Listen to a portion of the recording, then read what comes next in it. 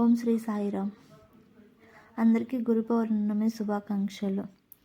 ఈరోజు ఆషాఢ శుద్ధ పౌర్ణమి, గురు పౌర్ణమి లేదా వ్యాస పౌర్ణమి అంటారు. ఈ రోజులను గురు పూజోత్సవం జరిపి గురువులకు కానుకలు, బహుమతులు సమర్పించి వారిని సత్కరించి వారి ఆశీర్వాదాలను తీసుకుంటారు. ఈరోజు ఉదయాన్నే లేచి ఈరోజు వ్యాస మహర్షికి, దత్తాత్రేయునికి, అలాగే సాయిబాబా వారికి పూజించుకోవాలి. ఇలా చిన్న పీఠకం పెట్టుకొని తమలపాకుపై బియ్యం పోసి సాయిబాబాని ఇలా ప్రతిష్ఠించుకోవాలి.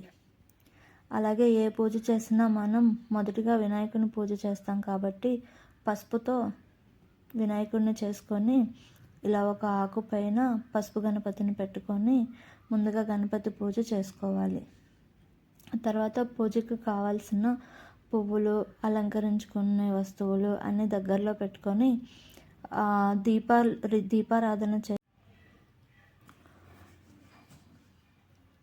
దీపారాధనకు ఏర్పరచుకున్న కుందులను కూడా పసుపు కుంకుమలతోటి అందంగా అలంకరించుకొని ఇలా బాబా గారి దగ్గర పెట్టుకోవాలి.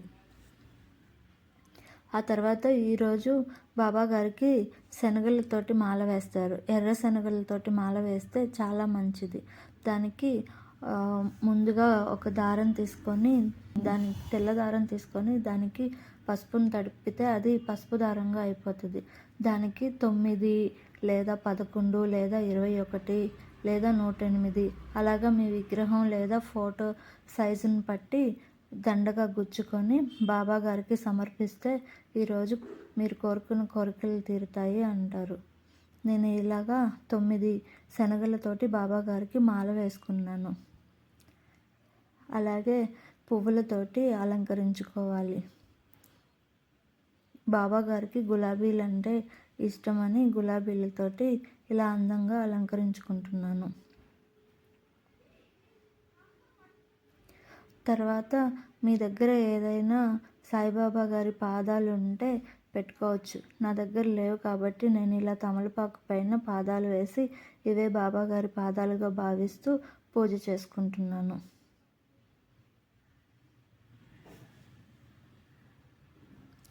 ఇంకా బాబా గారికి శ్వేత అక్షింతలు అంటే విభూతితోటి అక్షింతలు తయారు చేసి వాటితోటి 108 సార్లు సాయిరామ్ అనుకుంటూ బాబాగారి విగ్రహానికి పూజ చేసుకోవచ్చు.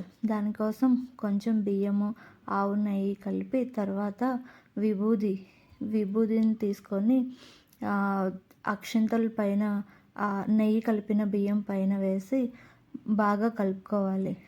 ఇలా కలిపిన తర్వాత వీటిని ఒక 10 నిమిషాలు ఆరనిస్తే అవి పొడి పొడిగా చక్కగా అవుతాయి. వీటిని తెల్ల అక్షింతలు, వీటిని శ్వేత అక్షింతలు అంటారు.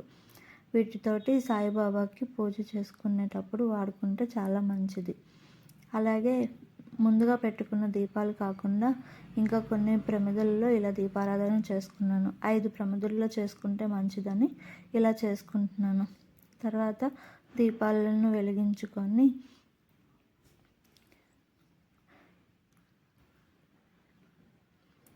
ఇలా దీపాలను వెలిగించుకున్న తర్వాత పూజను ప్రారంభించి ముందుగా వినాయకుడికి బెల్లం అంటే ఇష్టమని బెల్లం సమర్పించాను.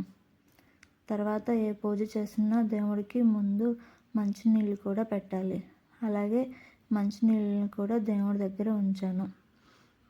ఒక రాగి చెంబులో శుభ్రపరిచి దానిలో నీళ్లు పోసి ప్రతి పూజ దగ్గర పెట్టుకుంటే చాలా మంచిది. ఆ తర్వాత వినాయకుడికి పూజ చేస్తూ వినాయకుడికి పసుపు అక్షింతలతోటి పూజ చేస్తున్నాము.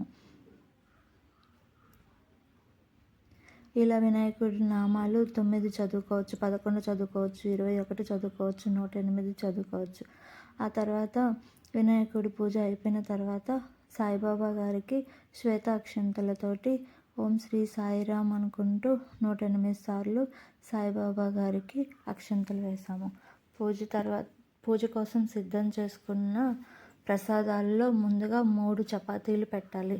ఈ 3 చపాతీల్లో ఒక చపాతీ ఇంట్లో వాళ్ళు ప్రసాదంగా తీసుకోవాలి. ఇంకొక చపాతీని ఒకటి కుక్కకి పెట్టాలి, రెండోది ఆవుకి పెట్టాలి. అలాగే ఆషాఢ శుద్ధ పౌర్ణమికి ఒక చక్కని ప్రాచీన గాథ కలదు. పూర్వం వారణాసిలో కడుపేద బ్రాహ్మణ దంపతులు ఉండేవారట. ఆ బ్రాహ్మణుని పేరు వేదనిధి, ఆయన సతీమణి పేరు వేదవతి. వీరు ఎల్లప్పుడూ చక్కని ఆధ్యాత్మిక చింతనతో భక్తి జ్ఞానము కలిగి జీవించేవారు. ఇంకా సంతాన భాగ్యం కోసం ఎన్నో నోములు నోచినా, ఎన్ని వ్రతాలు చేసినా ఫలితం లేకపోయింది.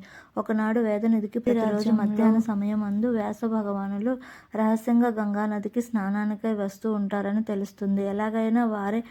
ఎలాగైనా సరే వ్యాస మహర్షి దర్శనం పొందాలని ప్రతిరోజు 1000 కళ్ళతో వెతకనారంభిస్తారు. ఈ క్రమంలో ఒక భిక్షు రూపం ధరించి ఒక వ్యక్తిని దర్శిస్తాడు. అతనే వేద మహర్షి. ఆయన ఆ భిక్షువుని పాదాలు పట్టుకొని, మీరు వ్యాస మహర్షి అని నాకు తెలుసు స్వామి, దయచేసి నన్ను కరుణించండి, రేపు నా ఇంటికి భోజనానికి రండి అని పిలుస్తారు. అలాగే అనంతరం ఎంతో సంతోషంగా ఇంటికి చేరుకున్న వేదనిధి సతీమణికి ఇలా జరిగినది వృత్తాంతాన్ని వివరిస్తాడు. మరుసటి రోజు ఉదయం మాట ప్రకారం గృహానికి విచ్చేసి వ్యాస మహర్షి ఆ దంపతులని భోజన సత్కారాలని ఆనందించి వారికి ఏం కోరిక కావాలో కోరుకోమన్నారు. అప్పుడు వాళ్ళు వారికి సంతాన భాగ్యం ప్రసాదించమన్నారు. వారి ఆతిథ్యానికి ఎంతో సంతుష్టులై ఆ మునిశ్రేష్ఠుడు, ఓ పుణ్య దంపతులారా, మీరు కోరుకున్న వరం తీరుస్తాను అని చెప్తారు. అందుకు త్వరలోనే మీకు తేజోవంతులు, ఐశ్వర్యవంతులు అయిన 10 మంది పుత్ర సంతతి కలుగుతుందని ఆశీర్వదిస్తారు. కాబట్టి వ్యాస పూర్ణిమ రోజున ఆ మహామునిని ప్రార్థించి ఆయన అనుగ్రహము పొందునుగాక. వేదవ్యాసుని మానవ జాతికి అంతటికీ మంచి ఆధ్యాత్మిక వారసత్వాన్ని మిగిల్చి వెళ్ళాడు కాబట్టి ఆయనను మానవాళంతటికీ గురువుగా భావిస్తారు. వేదాలను 4 భాగాలుగా చేసి ఆయన సంకలనం చేసిన తర్వాత ఆయన్ని వేదవ్యాసుడిగా పిలవటం ప్రారంభించారు. భారతము కథ అంతులేనిది, ఎంత చెప్పినా ఇంకా ఉంటుందనే తలించే మహాకావ్యము. జై శ్రీ సాయిరాం.